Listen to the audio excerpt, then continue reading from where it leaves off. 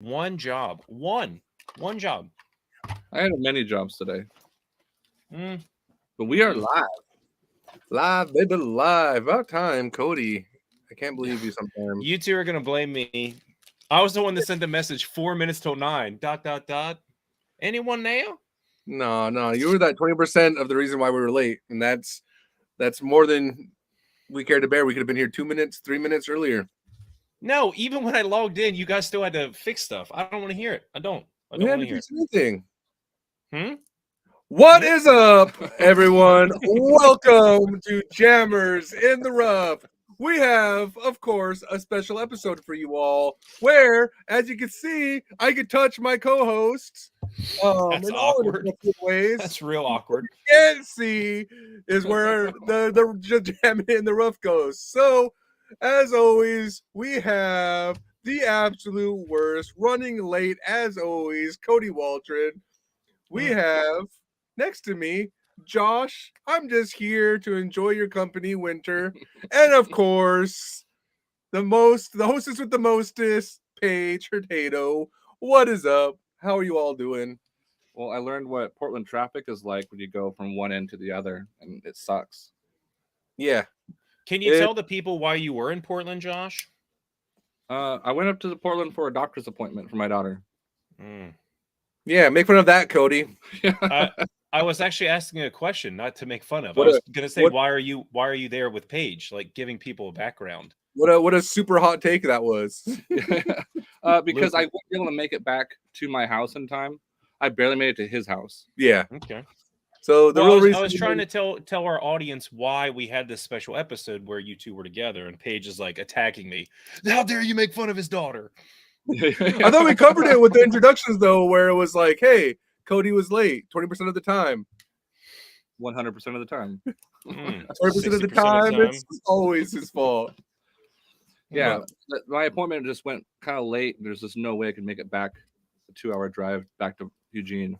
So, and I know we've tried in the past where we've tried to do podcasts from on the road, and I don't think they've ever been successful. I've tried to do like hey, I'm on my way to Santa Cruz, let's pop in, and that's more dangerous than it's worth. And then, or I forgot it was Tuesday, I'm playing around, I'm on the way home. That's more like it. We have tried that as well, but I'm learning that Tuesdays are kind of Tuesdays for a reason. We have podcasts. Today wasn't my fault. I'm just saying. Paige did good for once. You hear that, Mama? Paige did good. Paige did real good. You hear that, Mama? I done good, baby. I will say, though, I do apologize, guys. I did have a Paige's Jammer video. I just happened to forget to edit the video together and have a piece for us. So that part is my fault. So the All Day Presents Paige's Forgetful Jammers today will not be happening. But look forward to next week where, of course, I will talk about these things. Also, I should probably grab the giveaway disc too. I will talk about these things. Yeah. You didn't lose the giveaway disc this time like you do quite frequently? No, it's back here. Give me a second. Josh, cover for me. So I'll be paid for a second. The world's Is nobody doing floor construction today or no? Well, not today. But I got to see what they're working on, which was pretty sick. Okay. Podcast back here, guys. Yeah, there's a little. So Paige is grabbing disc for the giveaway.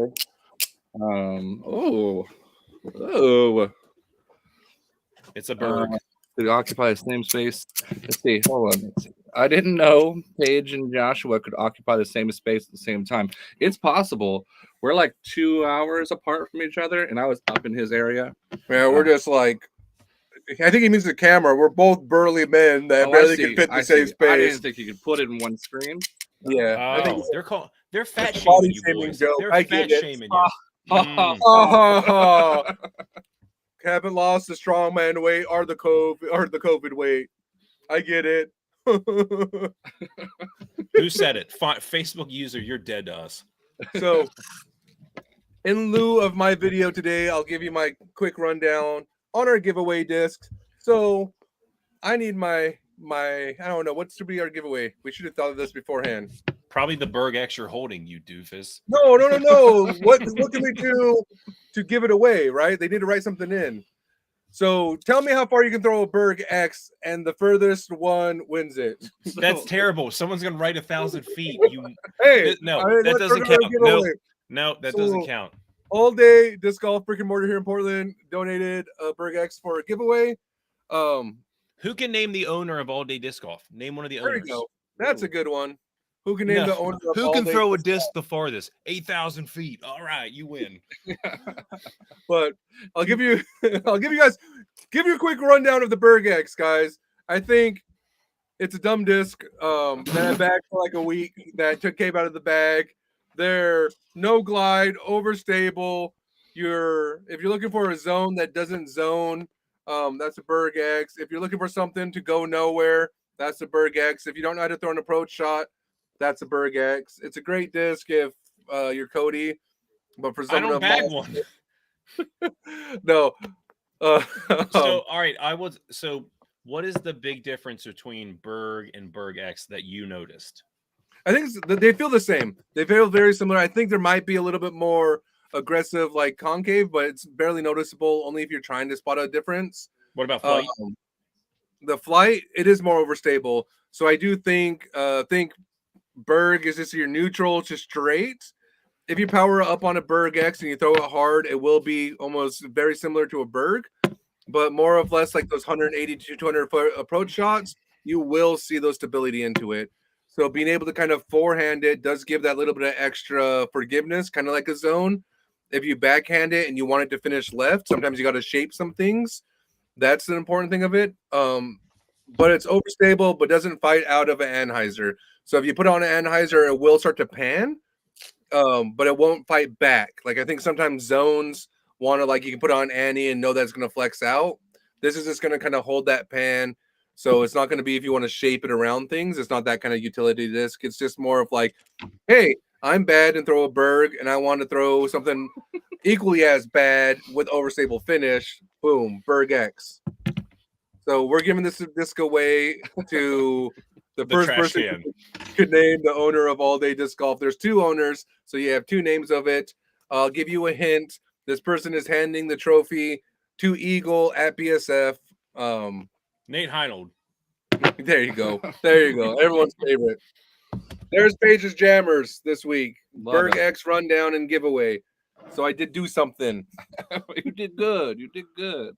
Oh my gosh. Are we going to wait to see what people are saying? Because right now, Jerry's just talking about she had an ace. Like, are we going to wait to see if someone said the name? No, we can let them decide. People can make their guesses. We can let them percolate. Oh, I don't want to. I do not want people percolating. I do not want that, especially with you two in the same room. So we're giving this dude, Josh. Show that one. The last comment. Last comment. Yeah, we're giving this absolute trash away. Oh, absolutely. yeah. You already know, guys. This disc sucks real bad. All right, who wants it? It's orange. I want it. This is the unbiased opinion of Paige, or it is true. Or extremely biased opinion. I'm trying to be honest with you guys. There's going to be people like Cody types that want to throw the Berg X's, and there's nothing wrong with that. See, exactly. Is it gummy, Josh? Kind of. It feels hard, like stiffer than the Berg. Well, I mean, it comes in many different plastics. So yeah, same plastic type. Yeah, you K1. K1 stiffer than if Paige sends you a disc, be ready to wait like a month and then him claim you got it and it never showed. Oh, hey! We got our winner, Jesse Tomato. Jesse Tomato. I'll take your misspelling. That's one of them. His wife Madison is also the other co-owner. Same last name, Tomato. Great, amazing people. So, Facebook user, message me. Corby. Don't tell me it was Corby, that dirty dog. Why is it always Corby? Nothing to do in Alaska but tune in and win giveaways. What time is it in Alaska? I don't know. I'm not a mad guy. Oh no, we're good. Corby, what time is it? Out of this. Okay. It's Berg X time. No, is it 5:20? Are they 4 hours behind us? Me? I think they're just an hour behind us. Mm-hmm. So that would be 4. You're 3 behind me, so 1 behind that would be 4. Why do I do your math for you? They're an hour behind us. West Coast living. I even said it before. I Oh my gosh, Corby, thank you. All right, I'm glad I figured that out before. Paige, now we're behind us. 3 + 1. I ain't doing your math. All right, Cody. Here, you got a hot take for us. A hot take is do a podcast with Paige and live through it. That's a hot take. Oh, good luck, guys. Good luck with that. All right, now this one's. I don't know if this is going to be a hot take or not, but I was talking to the guys about it last week. I think you're probably 0 for 4. Yeah, no, last week was pretty good. Talking about how about Eagles. Oh, yeah, you were the one talking to me about it. Yeah, exactly. I thought of it and gave it to you, so of course it was good. Oh, if Paige touches it, touches it. All right, my hot take for the week is people that smoke and drink during play ruin the game for others. Now, let me put some stipulations. If you are playing, if you're playing on your own or you're playing with a group of people that partake, no problem. But if you're playing like a league event, because I know PDGA, you can't even smoke at all anymore during events, so that's supposed to be banned. But like I played at a tournament that we kept waiting for a guy to smoke a cigarette. Like he'd be like, all right, just let me finish. We're waiting. We've had events where the last group of people to show up, like half an hour, 40 minutes late, everyone was smoking weed on their cart. So like they were all like taking their time. So everyone's waiting around for them to finish up for the totals to come through. So, and then most of the courses, at least around me, are public parks. So you shouldn't be doing that stuff there anyways. You got a bunch of kids, things like that. There's like playgrounds. But I just have a big problem with people because it's not only affecting me, it's affecting them. Yeah, Paige doesn't care. I'm listening. I'm just my head's just going like this right now. Oh, gosh. You're looking good. So now, granted, I will say I don't really do either much. So that might be part of my take on it. But what about you, gentlemen? I think it's a good take. I don't think it's like a really hot take. I think they're like we're kind of at this like crux of like disc golf where you have the people that that kind of started kind of ushering in the wave of disc golf that had played for a while, and drinking and smoking were a big part of it. And there's a lot of disc golfers. Even today, I was on talking about the evolutions of bags with somebody, and they were like, "Oh yeah," or no, this was yesterday, but they're like, "Oh yeah, my first bag. The most important thing was could it fit a 6-pack?" And that was like the mindset. And I think a lot of people start there. But yeah, this is also true. There is no take that's hot enough right now. And so I think that's an acknowledgement of that. Yes, this is where it began, but also like, so I'm from like Warm Springs, Oregon, where our reservation kind of burns down from random fires, whether it's man-made or natural causes, like once every 3 years. And so I've seen a lot of the impacts of random cigarette butts, of random sparks, then this thing's doing that. And I think one of the downsides of that, and thankfully it hasn't really hit disc golf, but you're a lit cigarette away, a flicked roach away from burning down some of the courses that we love, especially when we're all out there in the dry summers. The potential for fire is really high. I want to be the Smokey Bear of the guys, like, only you can prevent forest fires, but that is because of where I do grow up, something that I have been aware of and do get worried from. Also, like in city parks, I don't think anyone would disagree, are the absolute worst courses to play because a lot of that, right? You have your group of 4, they all have a 6-pack, it's 7:00 in the morning, they're drinking, and half the time they're in their own world, oblivious to everything else, which is great for those 4 people. But when there's buildups and they're unaware of it, and then they become belligerent because of it, then that's where we draw some of the lines. I think Pier Park is probably one of the famous ones that were all over Reddit, where there was a fight that broke out at the basket because somebody threw on somebody. And I'm not saying drugs or alcohol were involved, but I don't think anybody wouldn't believe that it wasn't involved, especially being an in-city course. So I kind of agree with you, Cody. It's a very mild take, but oh gosh. And like you were saying, most people, like even when I'm talking to people about disc golf now, they'd be like, "Oh, isn't it just what like potheads play?" And so it doesn't have any validity yet it's growing, like you said, where people are realizing, hey, this is a sport that takes skill and it's something you can enjoy, but it still has that mindset. Like, think about all the old Gateway stuff that was just had like weed plants on it and stuff like that. And people's like, oh, it's made out of hemp and stuff like that. And then, like you said, I had the problem not necessarily with it, but when it affects other people.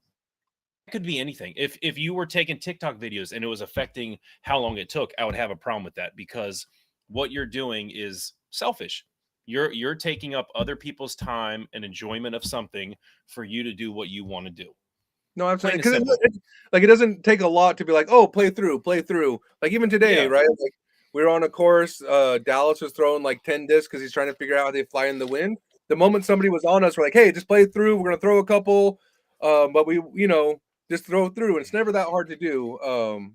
But also like, yeah, where is this? The courtesy. This is a rule for a reason, right? In tournaments, we should be professional. Absolutely. No. This is a rule for a reason. In between rounds, I've known people to have drinks as long as it's not impacting anybody around them. Yeah, that's perfectly fine.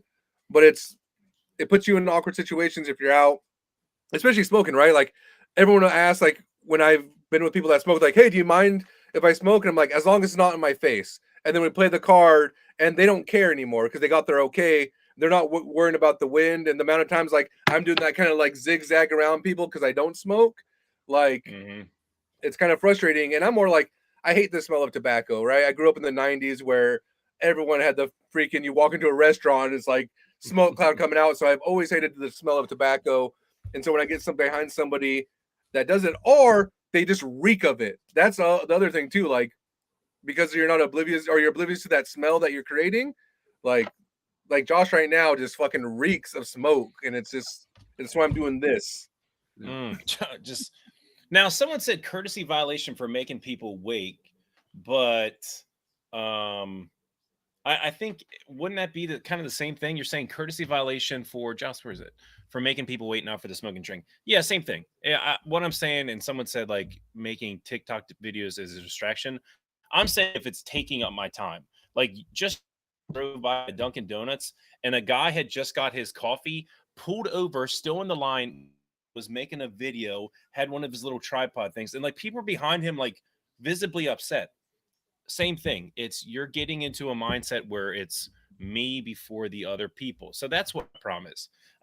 What's my take on vapes? Same thing. What Paige said. If you don't do it in my face and it doesn't slow down the game, I don't care. I feel like vapes are more obnoxious though, because those clouds that they blow are so much bigger. And then it's just clouds for days. And they don't care. They're taking bigger hits than cigarettes. Cigarettes run out, and so then they move on, right? Vape continues. And so they're like walking up multiple fairways, taking the biggest fucking clouds. And like, yeah, I don't mind cotton candy and green apple smell, but you don't want to be in the middle of the fucking woods at 5 o'clock in the morning smelling fucking green apple whiffs of clouds in your face. Green eggs in hand, baby. Yeah, exactly. Again, if it comes down to if it doesn't affect other people, I don't have a big problem with it. Whether that be my time on the course, whether it be having to smell it, whether Paige keeps screwing up the podcast because he doesn't understand how apples work. It's not complicated. But and TikTok videos, maybe what should I have said? YouTube?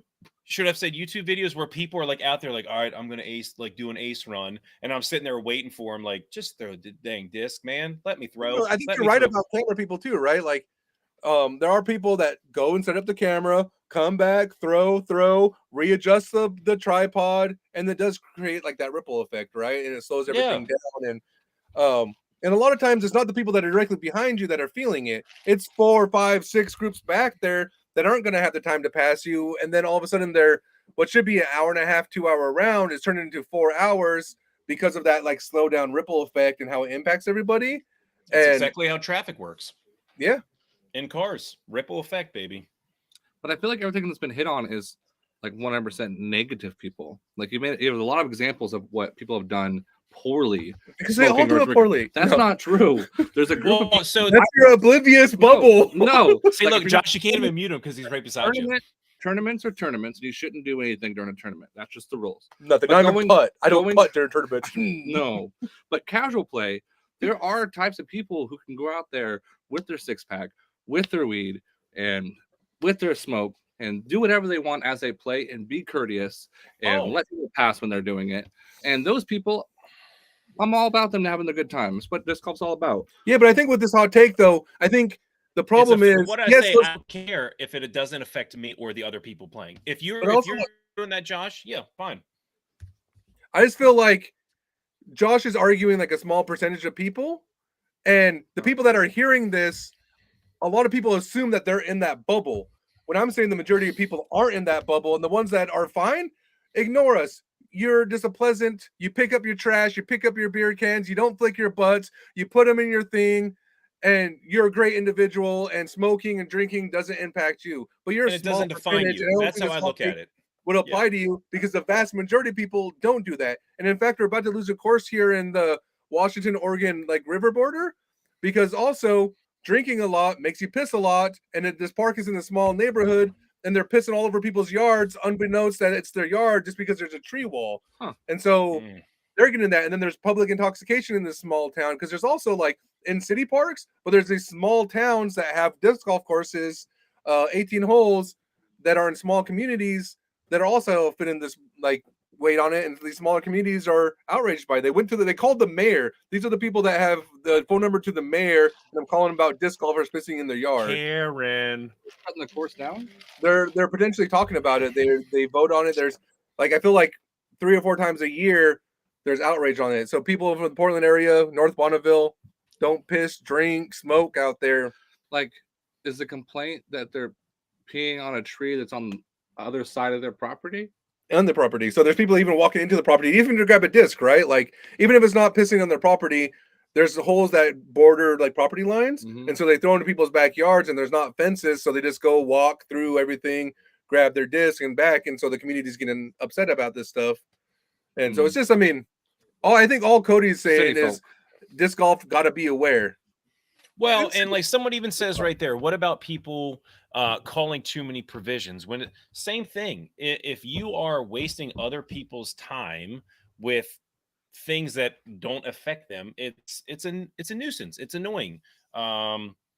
Yes, Josh is at Pages. So, but Josh, yes, you can have.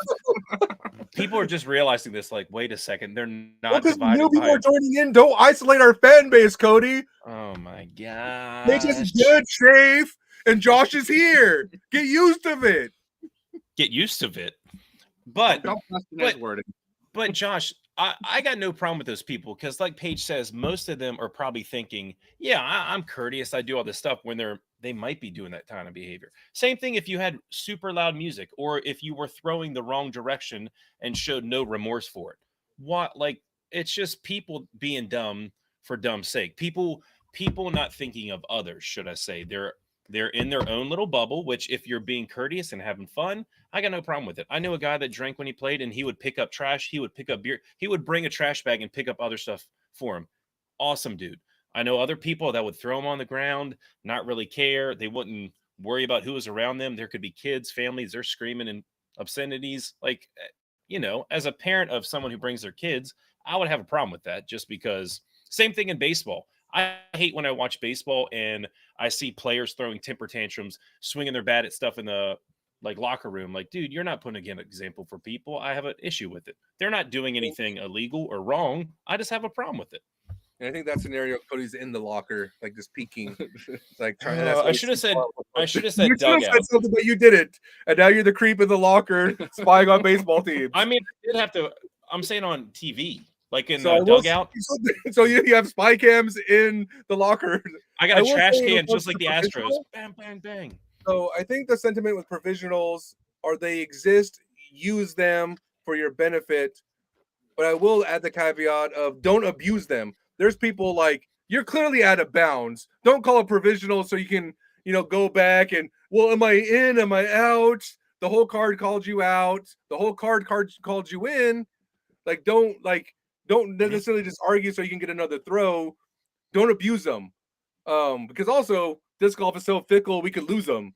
And nothing worse than not being sure. And then Nate Heinhold is like, you know what?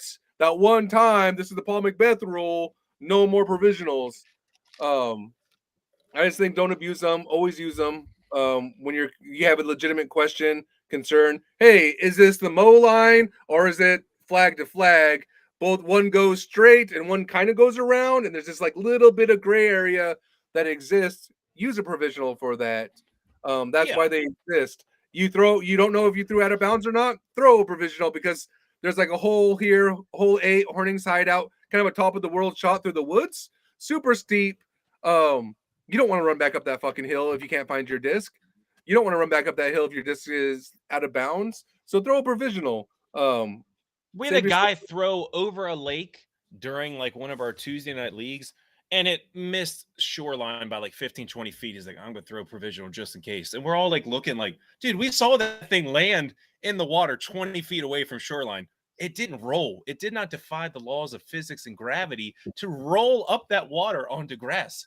It's gone. That's the other thing about the rules, right? Know the rules. Like, dude, when you determine when a disc, like if this is lost in a lake, if you can determine as a group where it went out of bounds, there's no need for provisional. Now, if it's a blind shot and you can't determine where it went out of bounds, then throw a provisional because you're not going to be able to give you your out of bounds line because we can't determine.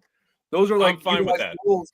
And so, but yeah, you do them. Don't do it like, all right, guys, I threw 450, but kind of felt tight. Let me throw a provisional just in case it did get another like loose shot. Don't be that guy like throwing 20 provisionals in a round. Hot take, mild take, but it got some people heated. But Josh is here for all you smokers. So exactly, because I'm here for the small people. That's people actually respect people. But Josh, but are you respectful when you do it? What I've learned tonight is I don't care as much as you two do when I go play disc golf. When people are smoking or drinking, I don't give a shit.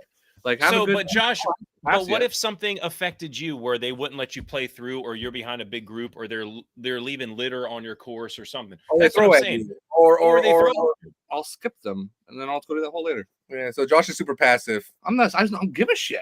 Yeah, because I don't because care. People that are drinking never make poor choices and trying to make the guy walking by I'm out there to have fun and play some disc golf. And if people are choosing to have fun in a different way, then next time Josh plays, I'm going to bring a paintball gun and shoot him every time he throws because I'm having fun. Josh playing a hippie sport in a hippie town. Thank you. Hey, did you get me?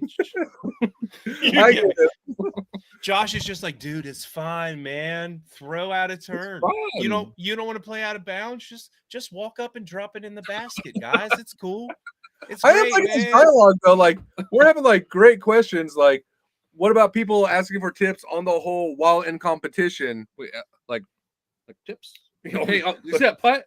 Tips, anyone? Hey, can you answer a question, please? Please answer a question. Was that really a good throw? What would you say? 10, 15, 20%? Josh pulls out a guitar in a case and starts playing. Like, people are throwing dollar bills in.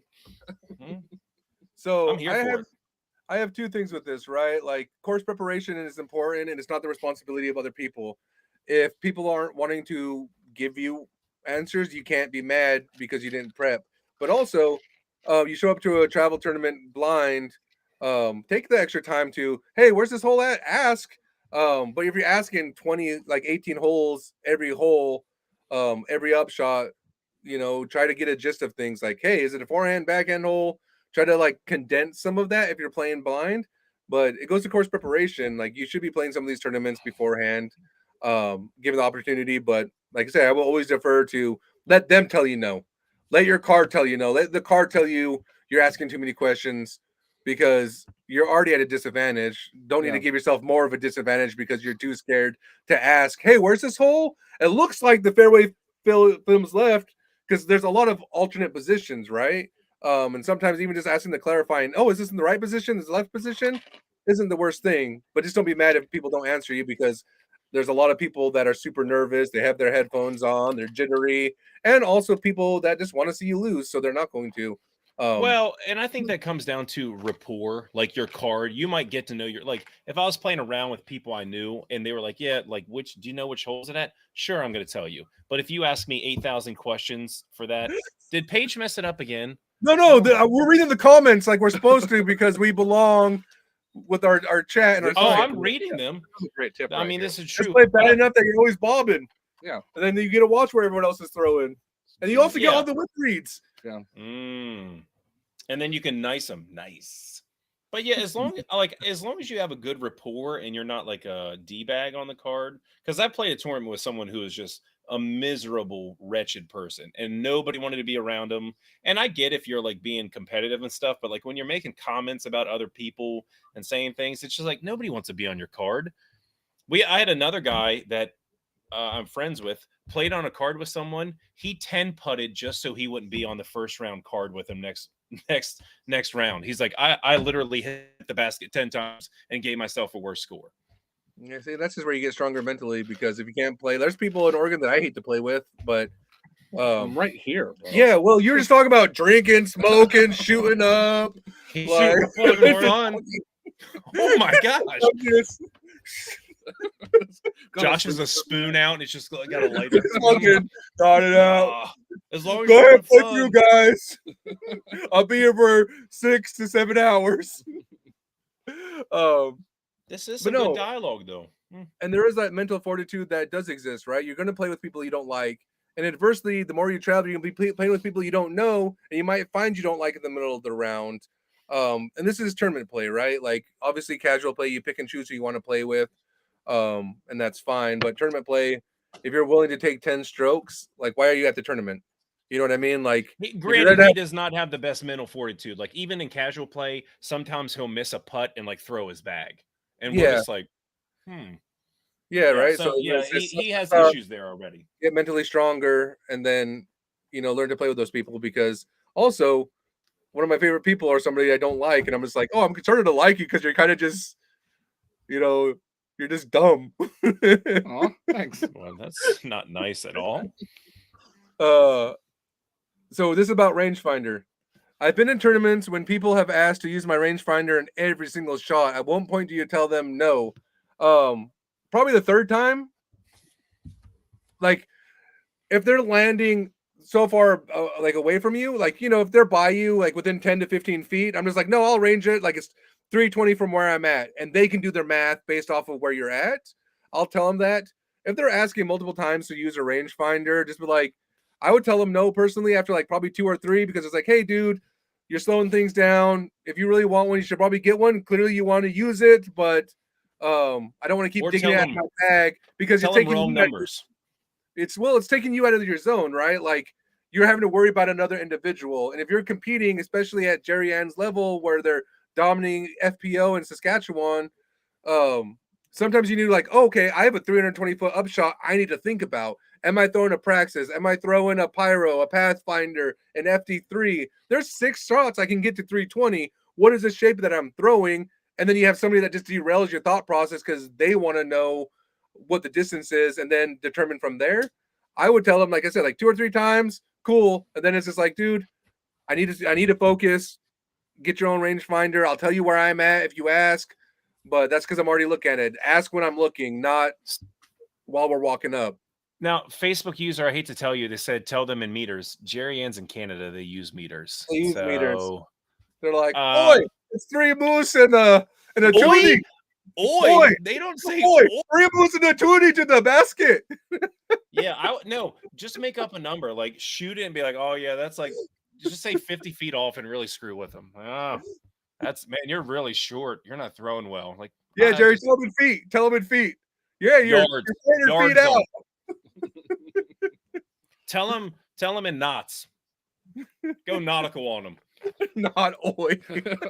Yeah, oi, mate. Oi. Like, who says that?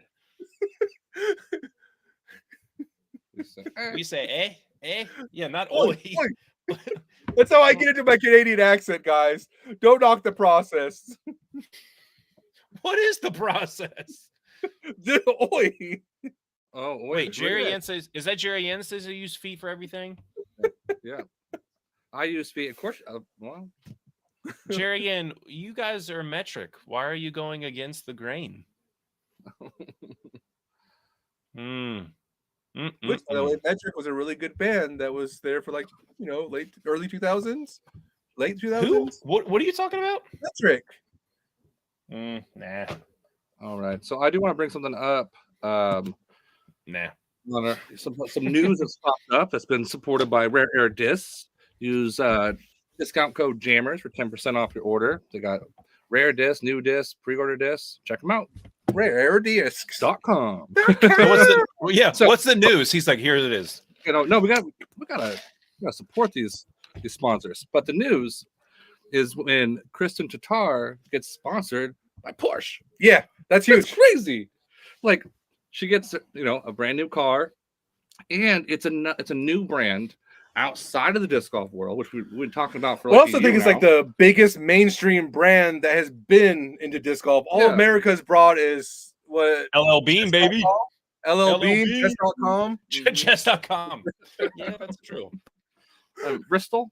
The shaving cream. Oh yeah, Bristol. Yeah. How Paige got his fresh shave. Bristol. I thought that was Gillette. No, it was Bristol. It was definitely Bristol.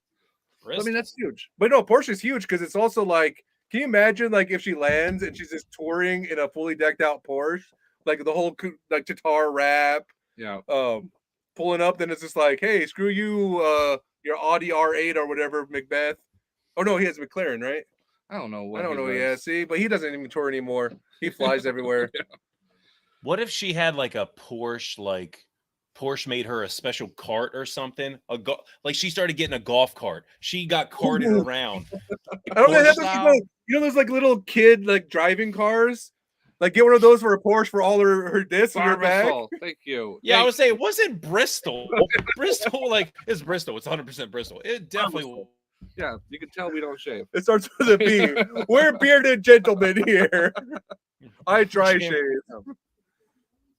Oh my goodness. But yeah, Porsche is huge because I also think like if a company like Porsche is taking eyes, is it on disc golf or is it because of the successful individual in this European country? So I'd be kind of curious to see how that pans out, because if it is for the sport of disc golf, other manufacturers are sure to follow, right? Like how many people are driving these like little Dodge like vans or these, these little like cargo vans? You get one with an electric company that might be starting off and wanting to push into that and find that kind of marketable like van. And then all of a sudden you have everyone touring in the Toyota, whatever.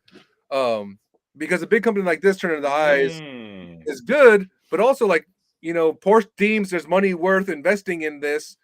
Nike's going to look at that. Adidas is going to look at that. Oh, hey, here's a company that's investing in this niche sport. Should we start to look at that?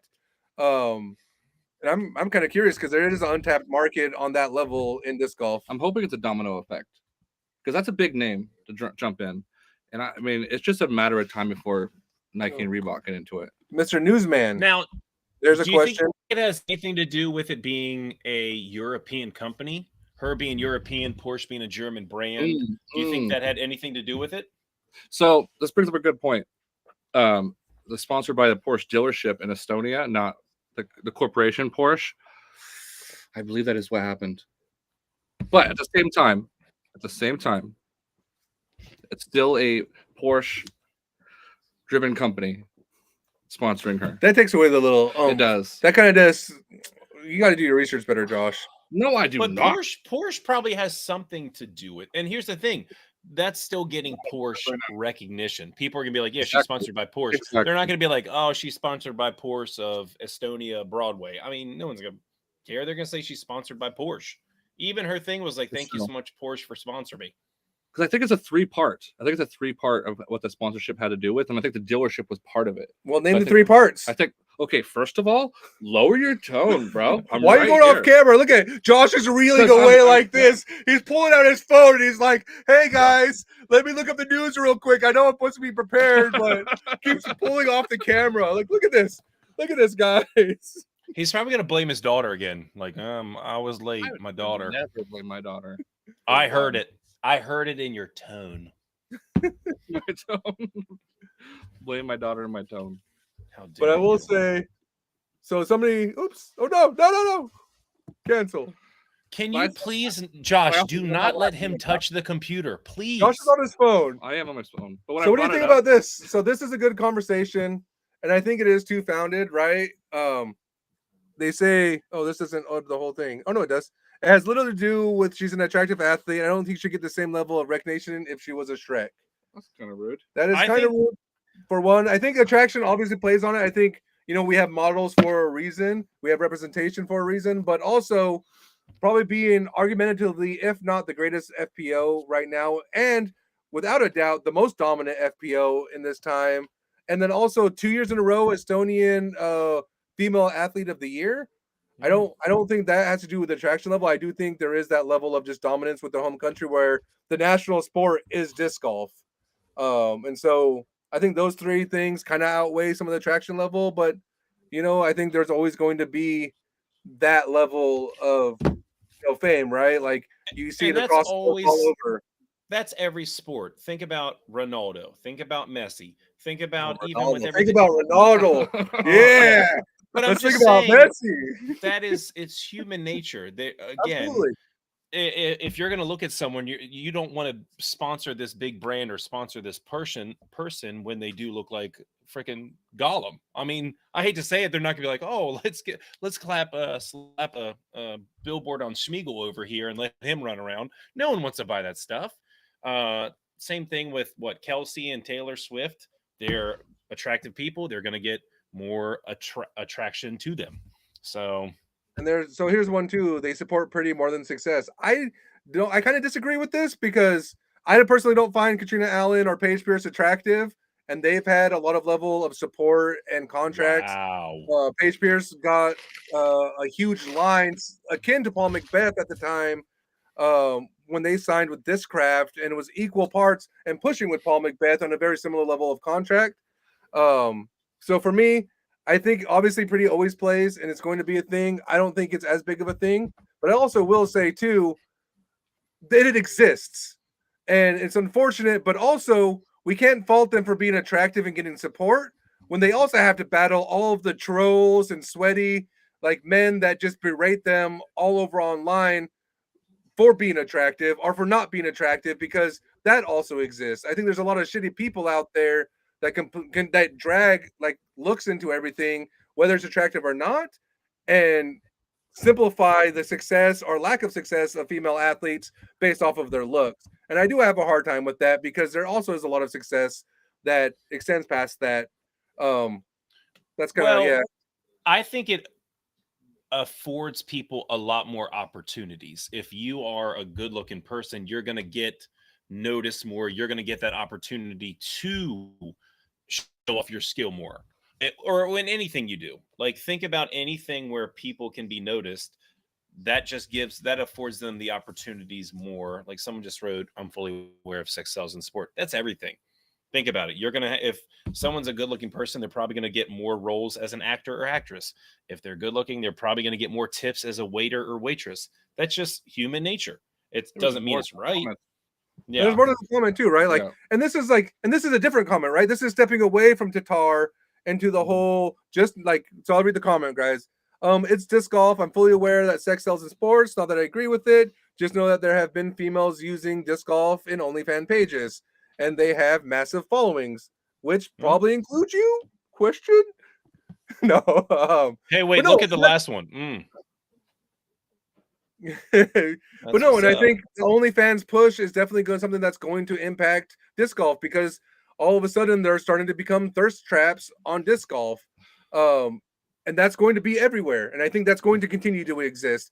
That's how you start to know that your sport is starting to make it, because all of a sudden you can segue into this and don't need to be good at disc golf. Sex sells, period. And now you found a niche market where you don't have to be the prime looking stargazer that sells in other sports. You can be, okay. And if you throw a disc, you're going to get this whole market that follows you. That's just, I think, true for any sport, and is going to continue in the social media age, because there's also people that don't play disc golf that does OnlyFans, and that's sex work, right? Sex work is one of the oldest professions in the world. And I mean, we can start to that whole conversation, but right now, history lesson right now. Greco-Roman wrestling and sex work go hand in hand. Yeah, see, Jerry Ed just says they're going to get their travel by going on to OnlyFans. Come into the States, get your OnlyFans account going, and make your money. I'm not going to fault anybody for making their money. I'm on here for $5 tips. If I could take off my shirt and get $10, believe it, I would. Colton, where you at, baby? Where you at? Get in here. He's probably buying like some Eagle disc right now. Yeah, and I think there's two, right? I think that so this is a conversation we're having. Sorry, with chat, and I think it's a good conversation to have. Nothing wrong with making your money the way you want, just food for thought in disc golf. Because I think it is starting to have it, and we're starting to see popular sports kind of things like pan out into our world, right? And how that starts to have implications. I think we started with Cody's mild take around smoking and drinking's bad. This is that kind of grassroots, isolated version of disc golf that existed 10 years ago, 5 years ago, that's starting to change. And now with that change and with growing the sport comes some of these people that are going to manipulate growing the sport in order to do it, right? Like Ezra Aderhold pushed beans, for crying out loud, and how many disc golfers jumped to the bean diet because they wanted to get bulky and burly like Ezra. These things just exist. Beans. Tonight's podcast sponsored by Hormel. Hormel canned beans. Oh, I'm gonna have an OnlyFans for my discs, guys. This is gonna be like Paige jamming it in the rough with a Berg X, just every time. Hey guys, check out my signed Eagle McMahon disc.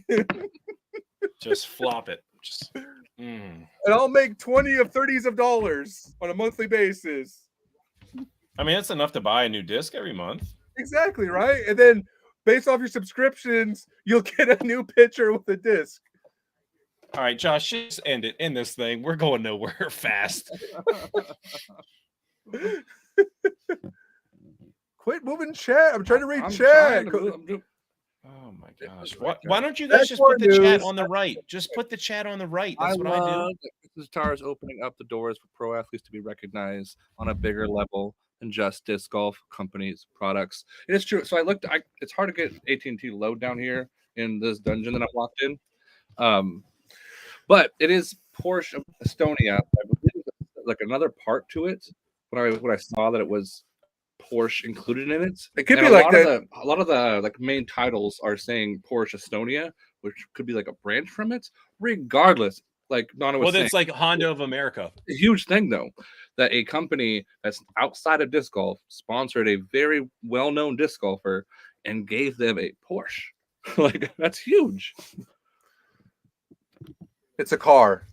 You win a brand new car. Yeah, you just say you're upsell now. It's a dealership, guys. 4 different tiers. Wasn't there a dealership that got already roped in? There was a Ford dealership, I thought. Was there? I thought so. So Ford doing it first, of course. Europeans are going to take credit, as always. It's in her right. I wish I could get it to load. It's in her write-up, Josh. I wish I could get it to load down here. So this is a good question. What do you guys tour in vehicle-wise? I just happened to buy a new Subaru Outback. I went full Portland. I'm going full commitment to barefoot shoes. I bought Outback. I'm going to go on that vegetarian diet life. No, I'm not. I can't do that. But I'm in a Subaru Outback 2022. Gets decent gas mileage. Is comfortable. Seats fold down if I want to sleep in it. Also, they're leather. So when the dirty ass people ride with me, like Arturo and Michael, who rode with me to San Diego, they got all muddy. I get to sweep it out relatively easy. And I got trunk space. I think trunk space is the most important thing. If it wasn't for the Subaru, I like to tour in a truck. I had a Ram 1500. I think we had the space to where you can fill it up. You had comfortable room in the back seats. So those are my two choices. Yeah, I used to have a Toyota Prius that I used. I went from Oregon to Illinois for Ledgestone and that, just sleeping in made a bed in the back, had all my cooking stuff back there, just stop at rest areas and places to eat. That worked really well. A bed in the back. He went Ezra. That's what I'm saying. Yeah, he went full Ezra Aderhold. Yeah. Ezra drives a Porsche because he has sex appeal, raw sex appeal. Josh bought a Porsche. Sex sells, guys. I drive a 2003 Honda CRV. And it's a my back. Oh no, I think like either he lost. It's either him or us. I'm pretty sure it's him. No, it's not me. I will say 2003 CRV. I don't pay on it. It gets good gas mileage. It has great storage. It's a Honda, so I can find parts anywhere. And if it explodes tomorrow, I just buy another one for $3,000. Jerry Ann with their hyper green Jeep. So they're just waiting to break. Not efficient. And I will say, shout out to Tai. He was a guest on Jammers in the Rough. He just went through a bad car wreck where he totaled his touring vehicle, which is this blue little minivan that carried him and his family everywhere. And so he just ended up getting a Geo Metro, which is like the original Prius, which is like 50 miles to the gallon. Better than a Prius. They just zoomed. I remember driving one. So I was in high school, and Dude, I was going Prius up the hill. is like the size of a bathroom. They're tiny. They're tiny. But I was bombing one up a hill, and it was like winter, and the defrosters wasn't defrosted. So we had like this little hole, me and my brother, and we're on our way to a wrestling tournament. And we get up this hill, and it would not accelerate past the hill. So we're doing this like little like lean with it, rock with it, like through this little thing, and barely make the hill. Get to the wrestling tournament, dominate. You know, just how your boy do. So Geo Metro Life or Tai. You didn't hit your chest when you said it. Why would I hit my chest? I have to find vehicles that fit my body because I'm like 6'5". I can actually drive out the back window of my CRV. I can lean my car back far enough. I can lean out the back window and still drive. So I have to find vehicles with a lot of like headspace. Like my wife's Honda Pilot fits well. I've gotten to a Geo Metro. I've gotten into a Prius before. It's very difficult for me, but I can do it. Yeah, but a Prius was hard for me because I switched to a Subaru Forester because they're a lot taller, and getting in that is awesome. But I gave the Prius to my daughter, and whenever I get into it to teach her how to drive, it's like, what the fuck? This thing is so small. Like when I did drive the Prius for like the state, I hated like looking out the rearview mirror because like that window is like non-existent. You can't see behind you, so I need to see like full 360. But I will say, guys, we are at the top of the hour. There is a question that came in. I do want to give a shout out to it, but I'll promise I will answer it next week. So the question is, if you had any company sponsor you, who would you want? We'll answer this next week, I promise. We are reaching the top of the hour, and we do got to be respectful of Cody's bedtime, and Josh has a 2-hour drive. I do want to thank you guys all for chiming in. I do enjoy the conversation and the back and forth, and creating some of this honest dialogue. Yeah. So, awesome. Yeah, I mean, with that, guys, thank you all for tuning in. Check out our sponsors. We give them a shout out now, so we don't have to do it now. Like, subscribe to CH Sports. Go check out our Facebook page. We're doing giveaways there. Next week we'll be back at it. So keep jamming it in the rough.